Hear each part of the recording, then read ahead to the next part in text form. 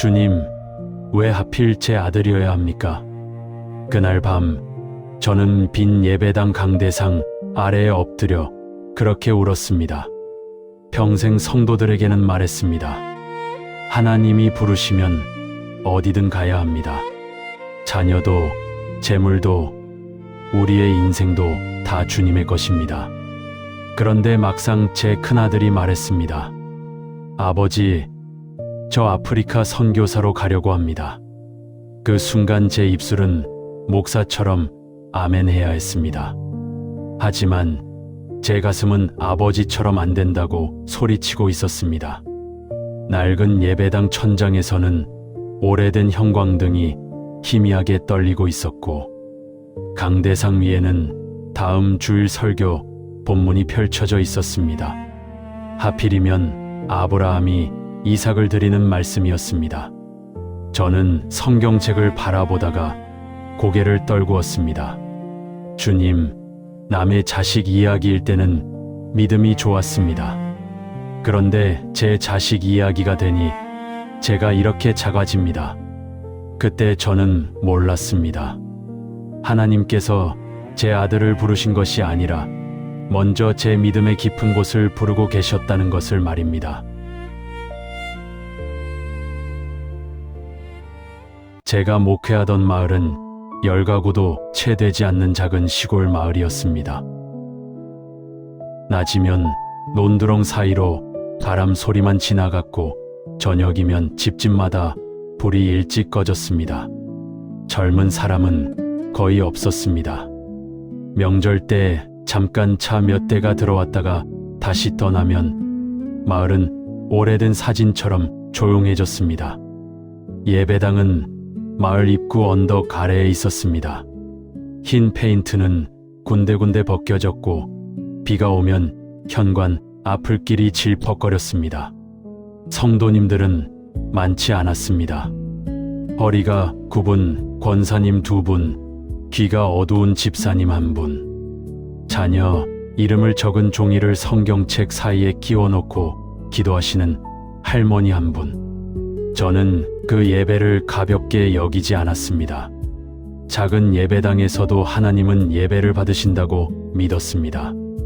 하지만 생활은 정말 어려웠습니다. 사례비라고 받는 돈은 쌀값과 기름값을 내고 나면 남는 것이 거의 없었습니다. 사택은 방 2칸과 작은 부엌 하나가 전부였고 겨울이면 방바닥이 얼음장 같았습니다. 보일러 기름이 떨어질까봐 밤에는 온도를 낮추고 아내는 이불 2장을 덮고도 양말을 신고 잤습니다. 전기요금 고지서가 오면 우리는 며칠씩 식탁 위에 올려두고 말없이 바라보았습니다. 아내는 장을 보러 가도 늘 제일 싼 채소 앞에서 오래 서 있었습니다. 그래도 불평하지 않았습니다. 다만 아이들 잠든 뒤 오래된 가계부를 펼쳐놓고 한숨을 아주 작게 쉬었습니다. 그런 집에서 우리 큰아들 성호가 자랐습니다. 성호는 어려서부터 책을 좋아했습니다. 남들이 학원에 갈 때 성호는 교회 교육관 한쪽에 앉아 문제집을 풀었습니다. 여름이면 모기향 냄새 속에서 공부했고 겨울이면 손이 시려 장갑을 끼고 연필을 잡았습니다. 어느 겨울밤 사택 보일러가 또 고장났습니다. 제가 담요를 하나 더 가져다 성호 어깨에 덮어주며 말했습니다. 성호야, 춥지?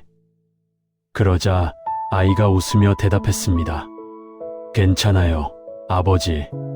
저 공부해서 나중에 엄마 따뜻한 집에서 살게 해드릴게요. 그 말에 저는 웃었지만 마음속으로 울었습니다. 주님, 이 아이만큼은 저처럼 살지 않게 해주십시오. 가난 때문에 고개 숙이지 않게 해주십시오. 성호는 정말 열심히 공부했습니다. 낡은 책상 위에는 늘 문제집이 쌓여 있었고 밤늦게까지 작은 스탠드 불빛이 꺼지지 않았습니다. 아내는 작은 사례비를 모아 참고서를 사주었고 저는 오래된 양복을 몇 해 더 입었습니다. 성호가 대학에 합격하던 날 아내는 부엌에서 혼자 울었습니다. 기뻐서 우는 눈물이었지만 그 안에는 지나온 가난의 시간이 함께 담겨 있었습니다. 성호는 대학을 마치고 대학원 졸업을 앞두고 있었습니다. 마을 할머니들은 장터에서 누굴 만나면 우리 목사님 아들이 그렇게 공부를 잘한대요 하고 자랑하셨습니다. 저는 겉으로는 다 하나님 은혜입니다라고 말했지만 마음 한쪽에는 조용한 기대가 있었습니다. 이제 좋은 회사에 들어가겠구나. 이제 성호는 우리처럼 살지 않겠구나. 사택 보일러도 고치고 아내에게 따뜻한 외투 하나 사줄 수 있겠구나. 목사인 저는 늘 말했습니다. 세상 성공보다 하나님의 뜻이 중요합니다. 그런데 아버지인 저는 속으로 바랐습니다. 주님, 그래도 이 아이에게 안정된 직장 하나쯤은 허락해 주시면 안 됩니까? 그해 겨울 성호가 대학원 졸업을 앞두고 집에 내려왔습니다. 눈이 조금 내리던 저녁이었습니다. 아내는 오랜만에 고등어를 굽고 된장찌개를 끓였습니다. 식사를 마친 뒤 성호가 조용히 말했습니다. 아버지, 어머니, 드릴 말씀이 있어요. 저는 웃으며 물었습니다. 취직 이야기냐? 성호는 잠시 고개를 숙였습니다. 그리고 천천히 대답했습니다. 아니요. 저 아프리카로 가려고 합니다. 선교사로요. 그 말이 식탁 위에 떨어지는 순간 집 안의 모든 소리가 멈춘 것 같았습니다. 식은 숭늉 그릇 옆에서 아내의 손이 굳었고 저는 젓가락을 내려놓았습니다. 바깥에서는 눈이 조용히 내리고 있었지만 제 마음속에는 무언가 와르르 무너지는 소리가 났습니다. 저는 한참 뒤에야 물었습니다. 성호야, 내가 지금 무슨 말을 하는지 알고 하는 거냐? 성호는 저를 똑바로 바라보았습니다. 그 눈빛이 너무 맑아서 저는 더 아팠습니다. 처음 며칠 동안 저는 아무 말도 하지 않았습니다. 축복한다고 말해야 할 것 같았고 기도해보자고 해야 할 것 같았습니다. 그런데 입을 열면 안 된다는 말이 먼저 나올 것 같아 침묵했습니다. 성호의 결심을 교인들에게도 말하지 못했습니다. 주일이 되면 저는 평소처럼 예배를 인도했습니다. 권사님들이 목사님, 성호 취직 준비는 잘 돼가요? 하고 물으면 애써 웃으며 대답했습니다. 기도하고 있습니다. 그 말은 틀린 말이 아니었습니다. 정말 기도하고 있었으니까요. 하지만 그 기도는 평안한 기도가 아니었습니다. 예배가 끝나고 성도들이 돌아가면 저는 빈 의자 사이에 앉아 한참을 움직이지 못했습니다. 성도들에게는 하나님의 뜻을 말하면서도 속으로는 하나님께 제 아들만은 예외로 해달라고 붙잡고 있었습니다.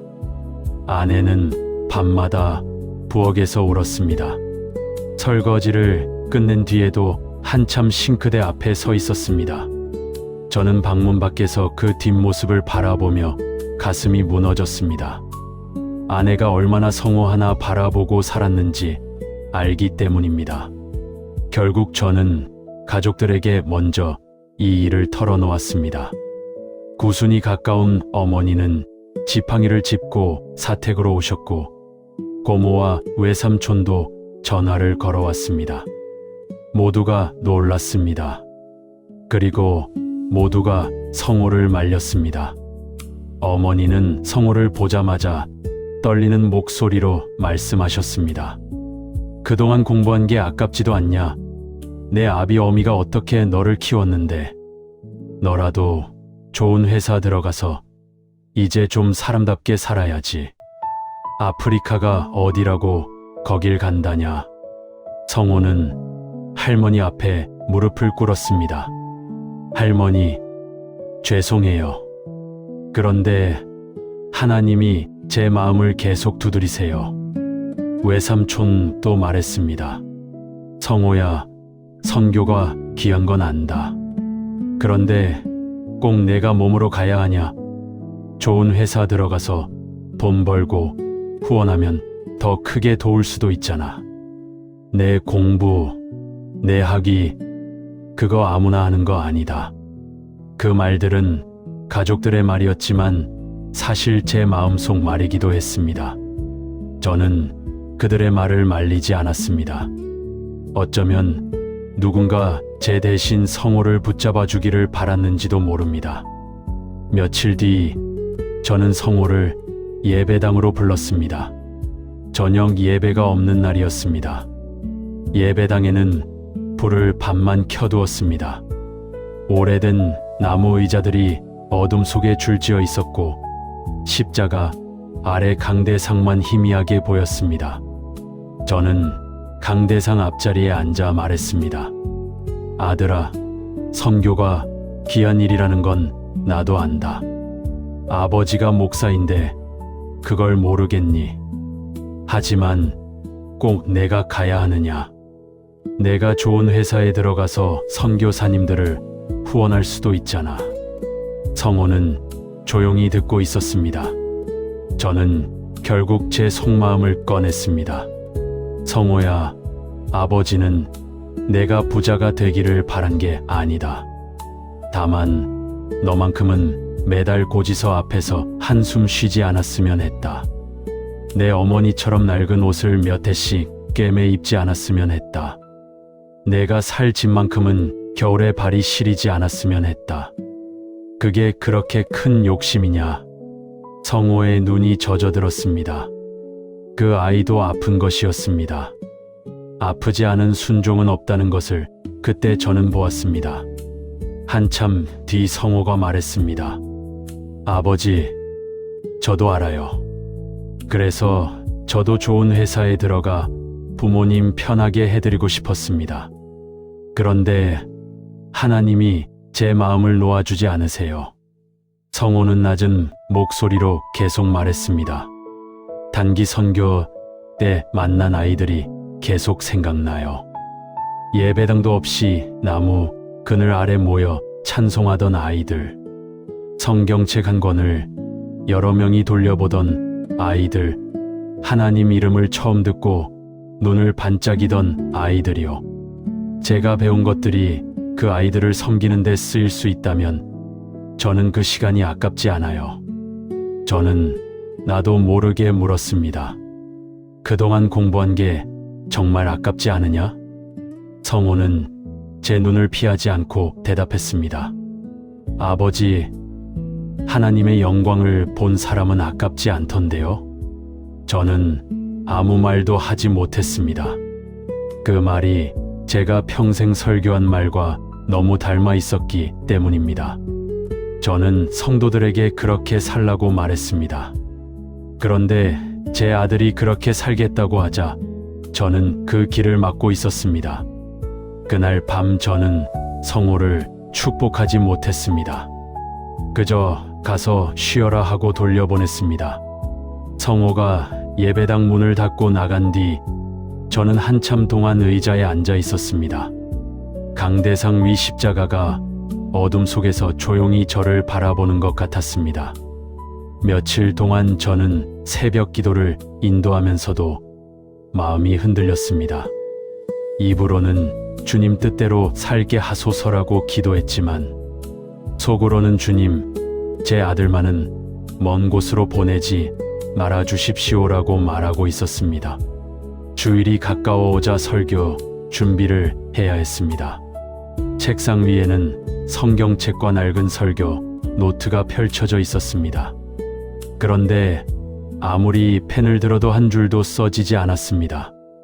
본문은 창세기 22장 아브라함이 이삭을 하나님께 드리는 장면이었습니다. 저는 성경을 덮고 싶었습니다. 하필이면 왜 이 말씀이었을까요? 밤 공기는 차가웠고 사택 창문 밖으로 예배당 십자가가 보였습니다. 저는 조용히 예배당으로 들어갔습니다. 불을 켜지 않았습니다. 달빛이 창문을 통해 희미하게 들어왔습니다. 저는 강대상 아래 무릎을 꿇었습니다. 주님, 저는 못하겠습니다. 그 말이 먼저 나왔습니다. 성도들에게는 자녀를 주님께 맡기라고 했습니다. 선교 헌금 작정할 때는 땅 끝까지 복음이 전해져야 한다고 말했습니다. 그런데 주님, 제 아들이 땅 끝으로 가겠다고 하니 저는 붙잡고 싶습니다. 저는 그 자리에서 한참 울었습니다. 그날의 울음은 목회자의 눈물이라기보다 아버지의 눈물이었습니다. 목사 가운 안에 숨겨두었던 가난한 아버지의 마음이 하나님 앞에서 다 쏟아졌습니다. 기도하는데 오래전 성호의 말이 떠올랐습니다. 괜찮아요, 아버지. 저 공부해서 나중에 엄마 따뜻한 집에서 살게 해드릴게요. 저는 그 말을 붙들고 살아왔습니다.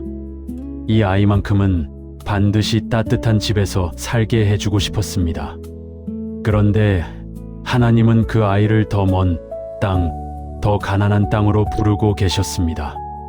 그때 제 마음속에 성호의 말이 다시 들렸습니다. 아버지, 하나님의 영광을 본 사람은 아깝지 않던데요? 저는 조용히 성경책을 펼쳤습니다. 아브라함이 이삭을 데리고 모리아 산으로 올라가는 장면이 눈에 들어왔습니다. 저는 그 말씀을 수없이 설교했습니다. 그러나 그날 처음으로 아브라함의 발걸음이 얼마나 무거웠을지 조금 알 것 같았습니다. 하나님께 맡긴다는 말은 아무 감정이 없다는 뜻이 아니었습니다. 믿음이 있으면 안 아픈 것이 아니었습니다. 믿음은 아프지 않은 길을 가는 것이 아니라 아픈 마음을 들고도 하나님께 한 걸음 더 나아가는 것이었습니다. 저는 강대상 아래에서 고백했습니다. 주님, 성호는 제 아들이기 전에 주님의 아들입니다. 제가 이 아이를 키운 줄 알았지만 사실은 주님이 맡겨주신 아이였습니다. 제가 품고 있었지만 주님 손이 더 컸습니다. 그 말을 한다고 마음이 한순간에 편해지지는 않았습니다. 여전히 두려웠습니다. 아들이 병들까봐, 외로울까봐, 먼 나라에서 울어도 달려갈 수 없을까봐 무서웠습니다. 하지만 기도 끝에 아주 작은 평안이 찾아왔습니다. 이해해서가 아니라 맡기기로 했기 때문입니다. 다음 날 아침, 저는 성호에게 말했습니다.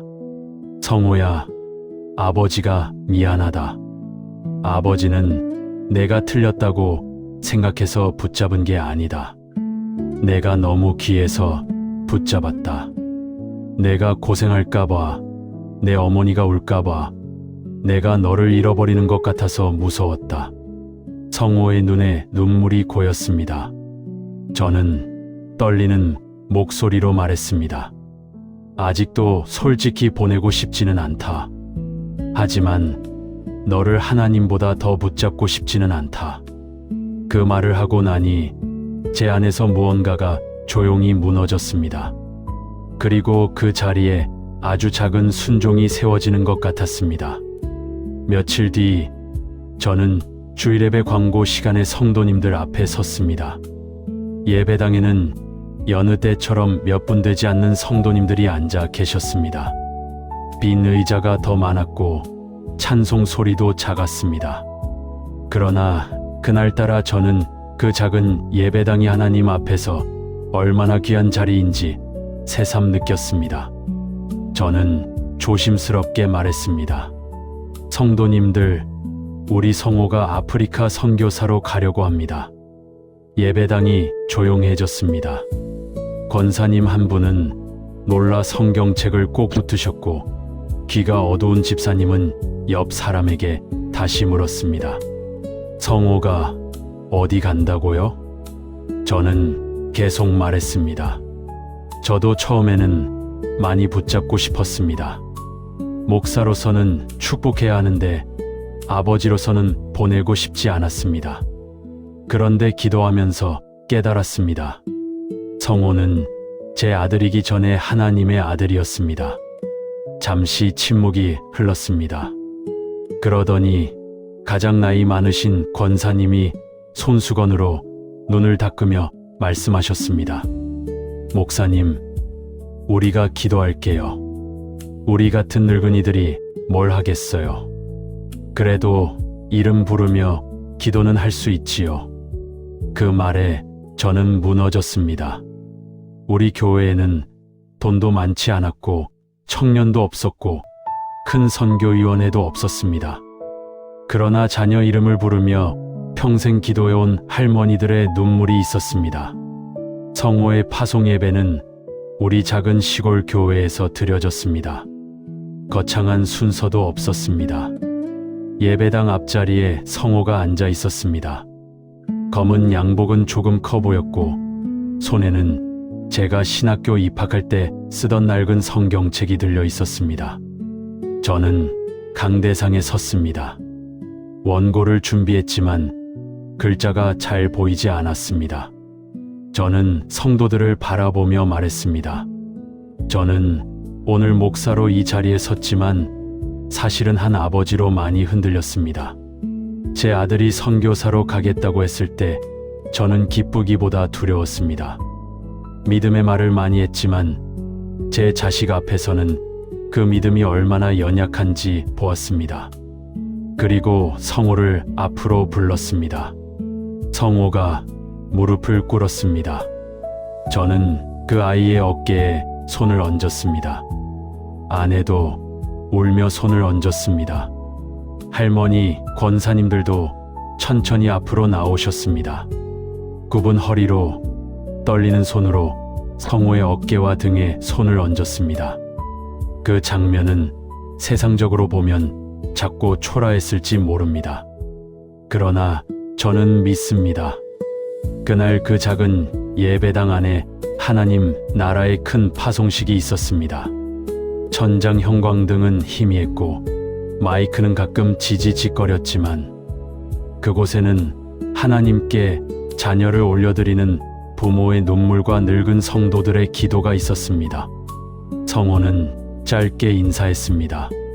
저를 위해 기도해 주세요. 제가 특별해서 가는 것이 아닙니다. 하나님이 불쌍히 여겨주셔서 갑니다. 제가 배운 모든 것이 그곳의 한 영혼을 사랑하는 데 쓰이도록 기도해 주세요. 그때 뒤쪽에 앉아있던 제 어머니가 울먹이며 말씀하셨습니다. 야야, 밥은 꼭 챙겨 먹어라. 성도들이 조용히 웃다가 함께 울었습니다. 그 말이 얼마나 큰 사랑인지 모두 알았기 때문입니다. 몇 주 뒤 우리는 공항에 섰습니다. 성호의 가방은 생각보다 작았습니다. 아내는 가방 안에 김과 약, 손편지를 넣어주었습니다. 저는 괜히 여권은 챙겼느냐, 비행기 시간은 맞느냐 같은 말만 했습니다. 정말 하고 싶은 말은 따로 있었지만 쉽게 나오지 않았습니다. 출국장 앞에서 성호가 저와 아내에게 큰절을 했습니다. 아내는 성호의 얼굴을 두 손으로 감싸고 말했습니다. 아프면 참지 말고 말해. 외로우면 꼭 연락하고 밥은 꼭 챙겨 먹고. 이제 제 차례였습니다. 저는 성호의 어깨에 손을 얹었습니다. 아들아, 아버지는 아직도 내가 편하게 살았으면 좋겠다. 성호의 눈에 눈물이 고였습니다. 그런데 이제는 안다. 편한 길보다 더 중요한 길이 있다는 것을. 내가 어디에 있든 주님 손을 놓지 마라. 힘들면 울어도 된다. 무서우면 무섭다고 기도해라.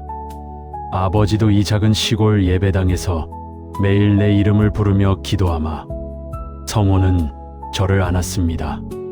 저는 그 어깨를 붙잡고 마음속으로 기도했습니다.